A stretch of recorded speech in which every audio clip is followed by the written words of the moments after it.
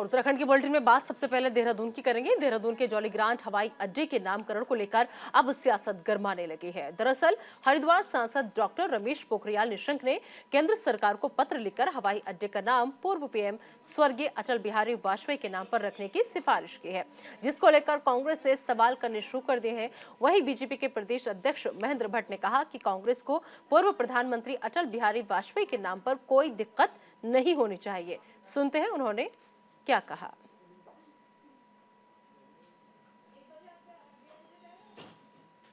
अब कांग्रेस को अटल जी के नाम पर आपत्ति तो होनी नहीं चाहिए। आखिर आज इस राज्य के अंदर नेता प्रतिपक्ष की भूमिका कांग्रेस को मिली है तो तभी मिली जब राज्य बना है, और इस राज्य की निर्माण में अटल जी के योगदान को उत्तराखंड की जनता कभी भूल नहीं सकती है और एक सकारात्मक निर्णय है।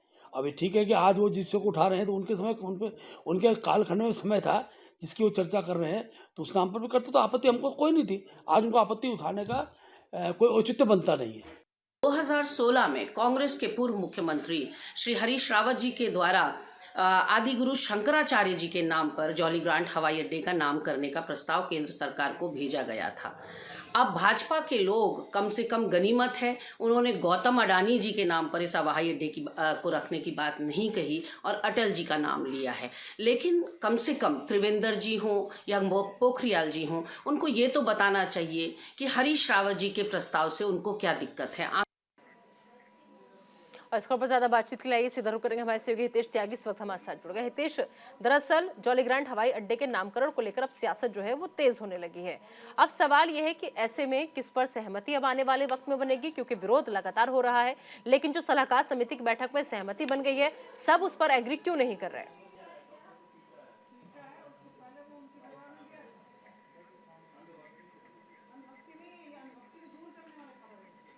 तो हितेश से आगे जुड़ने की हम कोशिश करेंगे, अभी संपर्क नहीं हो पा रहा है हितेश से। दरअसल हवाई अड्डे के नाम पर सियासत जो है वो गर्मा गई है। बता दें कि हरिद्वार सांसद डॉक्टर रमेश पोखरियाल निशंक ने केंद्र सरकार को बकायदा पत्र लिखा है। पत्र लिखकर हवाई अड्डे का नाम पूर्व पीएम स्वर्गीय अटल बिहारी वाजपेयी के नाम पर रखने की सिफारिश जो है वो की गई है, जिसको लेकर कांग्रेस ने सवाल करने शुरू कर दिए हैं। हितेश, अगर आप तक मेरी आवाज पहुंच पा रही है तो मैं आपसे समझने की कोशिश ये कर रही थी कि सलाहकार समिति की बैठक में सहमति बन गई है, लेकिन उस नाम पर सबको एतराज है। हवाई अड्डे के नाम पर फिलहाल सियासत जो है वो गरमाई हुई है। ऐसे में क्या लग रहा है, क्या रास्ता निकल सकता है, या फिर जो सहमति ने नाम तय किया है उसी पर आगे बढ़ा जाएगा? जी बिल्कुल, देखिए जिस तरीके से हवाई अड्डे के नाम को लेकर लगातार सियासत गरमाई हुई है और लगातार कांग्रेस बीजेपी पर हमला कर रही है। कांग्रेस का साफ तौर पर यही कहना है कि आदि गुरु शंकराचार्य के नाम से आखिरकार भारतीय जनता पार्टी की सरकार और संगठन को दिक्कत क्या है, क्योंकि जब पूर्व में मुख्यमंत्री हरीश रावत थे तो उन्होंने आदि गुरु शंकराचार्य का नाम प्रस्ताव में दिया था। तो उसी के लिहाज से, क्योंकि अगर हम बीजेपी की माने तो बीजेपी का साफ तौर पर यही कहना है, क्योंकि जिस तरीके से जो प्रस्ताव भेजा गया है वो अटल बिहारी वाजपेयी के नाम से भेजा गया है। उन्होंने साफ तौर पर कहा है कि जो उत्तराखंड का जो विभाजन हुआ था और उत्तराखंड के विकास में जो वृद्धि लाई गई थी, जिस समय उत्तराखंड अलग हुआ था, तो उस समय अटल बिहारी वाजपेयी ने इसके विकास में कई ऐसे कार्य किए थे जिससे आज उनके नाम से उत्तराखंड में वो सब चीजें जानी जाती हैं। लेकिन लगातार जिस तरीके से अटल बिहारी वाजपेयी का नाम फाइनल इसमें हो गया है और वास्तव में यही इसमें नाम फाइनल होकर ऐसे में यही हो सबसे सकता बड़ा है। सवाल जो है वो ये भी है कि आखिर पूर्व प्रधानमंत्री अटल बिहारी वाजपेयी के नाम से कांग्रेस को दिक्कत क्यों है? जी बिल्कुल, सबसे बड़ा सवाल यही है, क्योंकि देखिए जिस तरीके से इस बात को लेकर सरगर्मी तेज हो गई और सियासत भी गरमाई हुई है, क्योंकि एक खेमा जो हरीश रावत का है और दूसरा खेमा उसमें प्रीतम सिंह का है। क्योंकि प्रीतम सिंह की जो बात है अगर उनकी माने तो, क्योंकि उन्होंने इशारों में साफ तौर पर यह भी कह दिया है कि हमें इनके नाम से, जो अटल बिहारी वाजपेयी इनके नाम से कोई दिक्कत नहीं है, तो वहीं हरीश रावत कह रहे हैं कि आदि गुरु शंकराचार्य के नाम से इस हवाई अड्डे का नाम होना चाहिए। तो कहीं ना कहीं पूरी तरीके से जो सियासत है वो कई मोड़ यहाँ पर ले रही है। अंदरूनी लड़ाई भी इसमें सामने आ रही है, क्योंकि जिस तरीके से हरीश रावत पूर्व के मुख्यमंत्री थे, उन्होंने आदि गुरु शंकराचार्य का नाम इसमें प्रस्तावित किया था, लेकिन भारतीय जनता पार्टी अब अटल बिहारी वाजपेयी के नाम पर मोहर लगाने जा रही है। सांसद रमेश पोखरियाल ने जो पत्र लिखा है उस पत्र का कोई जवाब आया अभी तक? जी बिल्कुल, देखिए जिस तरीके से निशंक ने एक पत्र भेजा था, पत्र का भी जो जवाब है वो भी साफ तौर पर नहीं आया है, लेकिन उम्मीद यही लगाई जा रही है कि फाइनल जो तौर है वो जो अटल बिहारी वाजपेयी उन्हीं के नाम पर मोहर लगेगी। जी ठीक है, चलिए हितेश, बहुत बहुत शुक्रिया इस तमाम जानकारी के लिए आपका। तो हवाई अड्डे के नाम को लेकर सियासत गरमा रही है। चलिए और खबरों का रुख कर लेते हैं। उत्तराखंड में अगले महीने से विश्व प्रसिद्ध 4 धाम यात्रा की शुरुआत होने जा रही है। धामी सरकार अपने स्तर से यात्रा की तैयारियों में जुटी हुई है। धर्मनगरी हरिद्वार को 4 धाम यात्रा का प्रवेश द्वार माना जाता है, लिहाजा जिला प्रशासन स्तर से भी 4 धाम यात्रा को लेकर आवश्यक कदम उठाए जा रहे हैं। ऐसे में जिला अधिकारी विनेश शंकर पांडे ने कहा कि हरिद्वार से चारधाम यात्रा जाने वाले श्रद्धालुओं के लिए पार्किंग, होटल, धर्मशालाओं और रजिस्ट्रेशन की व्यवस्थाएं की जा रही हैं। यात्रियों के साथ कोई ओवर रेटिंग ना हो, इसका भी खास ख्याल रखा जा रहा है। वहीं राज्यसभा सांसद नरेश बंसल ने भी चारधाम यात्रा के लिए उत्तराखंड आने वाले श्रद्धालुओं के लिए बेहतर सुविधाएं देने का दावा किया है। हरिद्वार में मुख्य रूप से आप इसको मान सकते हैं कि एंट्री पॉइंट है, पड़ाव स्थल है। बाकी यात्रा का रूट जो है वहाँ पर अपनी तैयारियां चल रही हैं। यहाँ मुख्य कार्य ये है कि पार्किंग की पर्याप्त व्यवस्था हो। अगर जो लोग रजिस्ट्रेशन कराना चाहें उनके लिए रजिस्ट्रेशन की प्रॉपर व्यवस्था हो। लोगों के रिहाइश रुकने के लिए होटल की, धर्मशालाओं की व्यवस्था ठीक ठाक हो। उनका किसी तरह से शोषण ना हो, निर्धारित रेट पर चीज़ें मिलें, उन सब की तैयारियाँ की जा रही हैं, उसका ध्यान रखा जा रहा है।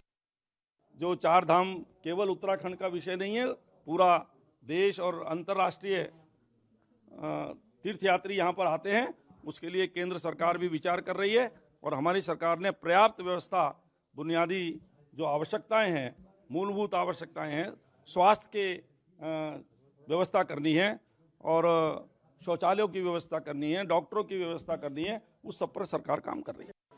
और इसके ऊपर ज्यादा बातचीत के लिए हमारे सहयोगी संजय पुंडरी इस वक्त हमारे साथ जुड़ चुके हैं। संजय, जिस तरीके से चारधाम यात्रा की तैयारियों पर जोर तो दिख रहा है और जोरों से तैयारियां चल भी रही हैं, इस बात का दावा भी किया जा रहा है, लेकिन क्या सिर्फ कहा जा रहा है या फिर वाकई में श्रद्धालुओं की सुविधाओं का ख्याल भी रखा जा रहा है?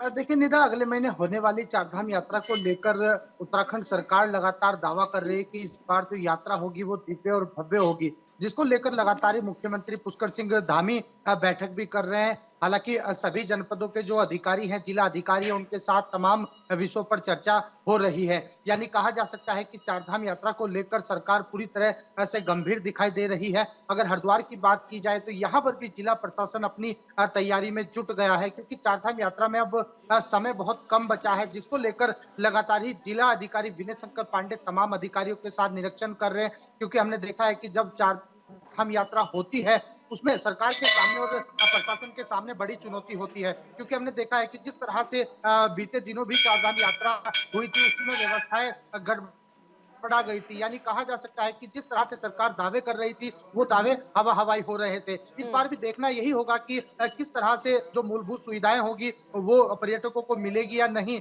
यात्रियों को मिलेगी या नहीं। संजय, सबसे बड़ी बात ये कहा जा रहा है कि पार्किंग जो है वो सबसे बड़ी समस्या है। आम दिनों में भी अगर कोई जाता है पार्किंग की समस्या से जूझता है, लेकिन अब ऐसे में सरकार ने क्या किसी कोई मैदान की व्यवस्था की है या फिर किसी खुली जगह को पार्किंग स्थल में तब्दील किया है, चेंज किया है, जिससे आने वाले जो भी आएंगे या जो अपनी गाड़ियों से आएंगे तो उनको किसी तरह की कोई दिक्कत ना हो? देखिए निदा, लगातार ही हम देखते हैं कि जब भारी संख्या में पर्यटक हरिद्वार पहुंचते हैं, क्योंकि यहाँ से ही चारधाम यात्रा का प्रवेश द्वार शुरू होता है। हालांकि इसको लेकर तमाम पार्किंग की जो व्यवस्थाएं हैं वो लगातार देखी जा रही है। जिस तरह से हम देखते हैं कि जो नीलधारा पुल है वहां पर जो खुला मैदान था उसमें पार्किंग बनाने की एक योजना चल रही है। यानी कहा जा सकता है कि हर तरीके से जो जिला प्रशासन है पूरी तरीके से तैयार दिखाई दे रहा है। हालांकि इसको लेकर तमाम जब यात्री यहाँ पर पहुंचते हैं तो वहां जाम की स्थिति बन जाती है, जिसको लेकर भी जिला प्रशासन लगातार अतिक्रमण हटाओ अभियान चला रहा है। यानी कहा जा सकता है कि हरिद्वार जिला प्रशासन चारधाम यात्रा को गंभीरता से ले रहा है। ठीक है संजय, बने रहिए आप हमारे साथ। तो किस तरीके से विशेष ध्यान रखा जा रहा है प्रशासन की तरफ से यात्रा को लेकर, वो हमने आपको दिखाया। और अब दरअसल कलश स्थापना के साथ चैत्र नवरात्रि की आज से शुरुआत हो गई है।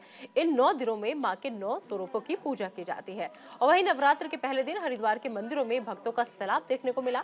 जिले के प्रमुख मंदिर चंडी देवी, मनसा देवी, सरेश्वरी देवी माता का मंदिर, अलग अलग मंदिरों में श्रद्धालुओं की भीड़ भी देखने को मिली।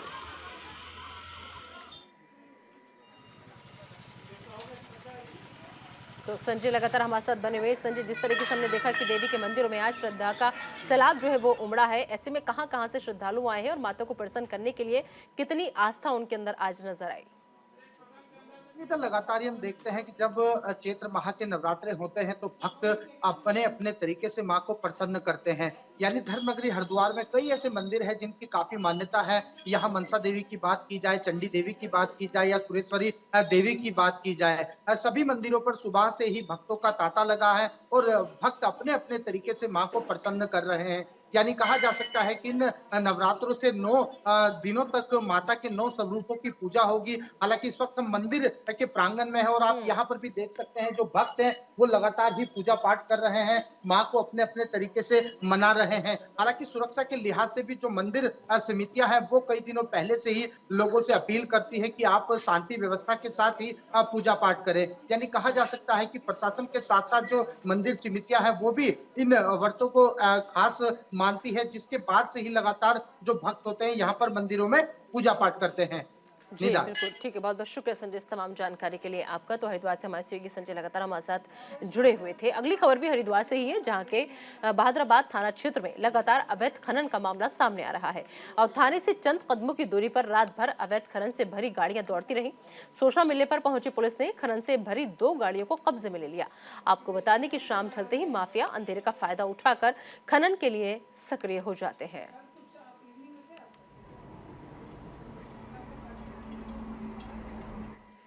और अगली खबर भी देहरादून से, जहां प्रदेश के संस्कृति मंत्री सतपाल महाराज ने आर्ट गैलरी का औचक निरीक्षण किया और वहां पर्याप्त स्टाफ न होने के साथ साथ वॉल पेंटिंग की सफाई न होने पर आक्रोश भी जाहिर किया। संस्कृति मंत्री श्री महाराज ने औचक निरीक्षण के दौरान संस्कृति महानिदेशक रणवीर सिंह चौहान को निर्देशित करते हुए कहा कि उत्तराखंड के कलाकार और समकालीन चित्रकला को विशेष पहचान दिलाने के लिए इस आर्ट गैलरी का निर्माण किया गया है। इसलिए वहां पर स्टाफ की पर्याप्त व्यवस्था करने के साथ साथ कलाकारों की बनाई गई वॉल पेंटिंग और चित्रों की नियमित साफ सफाई होनी चाहिए। और क्या कुछ कहा, सुनते हैं।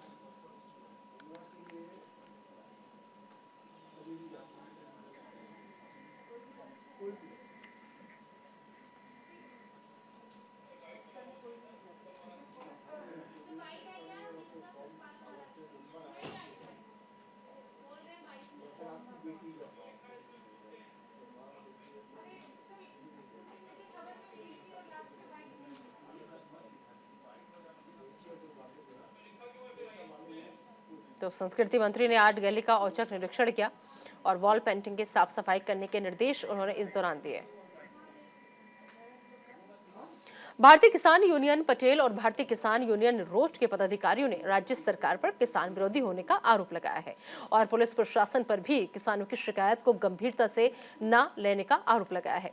ऐसे में किसान यूनियन के लोगों ने लक्सर में जुलूस निकालकर प्रदर्शन किया और तहसील मुख्यालय पर सांकेतिक धरना देने बैठ गए। इस दौरान यूनियन के लोगों ने कहा कि प्रदेश सरकार किसान विरोधी सरकार है। उनका कहना था कि तहसील मुख्यालय के अधिकारी कर्मचारी भी पूरी तरह से भ्रष्टाचार में लिप्त हैं, तो वहीं ऊर्जा निगम के अधिकारी भी मनमानी कर रहे हैं। किसान यूनियन के लोगों ने और क्या कुछ कहा, सुनते हैं।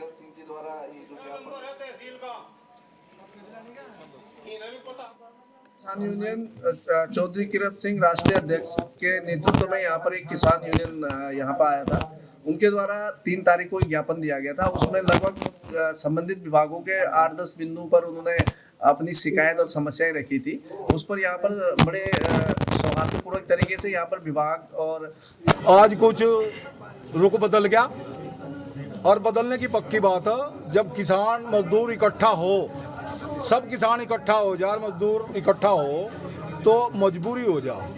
एडीएम साहब हो, चाहे शासन हो, चाहे प्रशासन हो।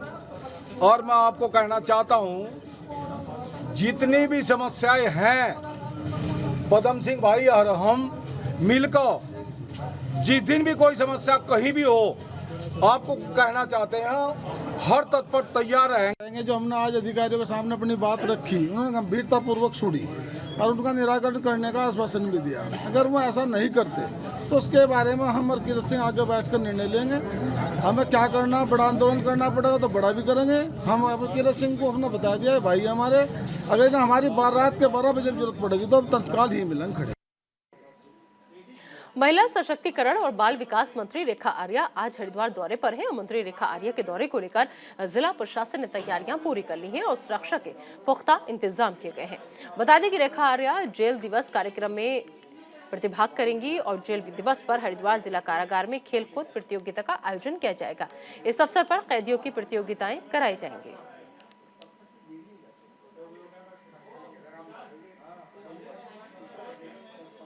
इधर विकास नगर में जल विद्युत निगम की जमीन पर अवैध अतिक्रमण पर प्रशासन का बुलडोजर चला है।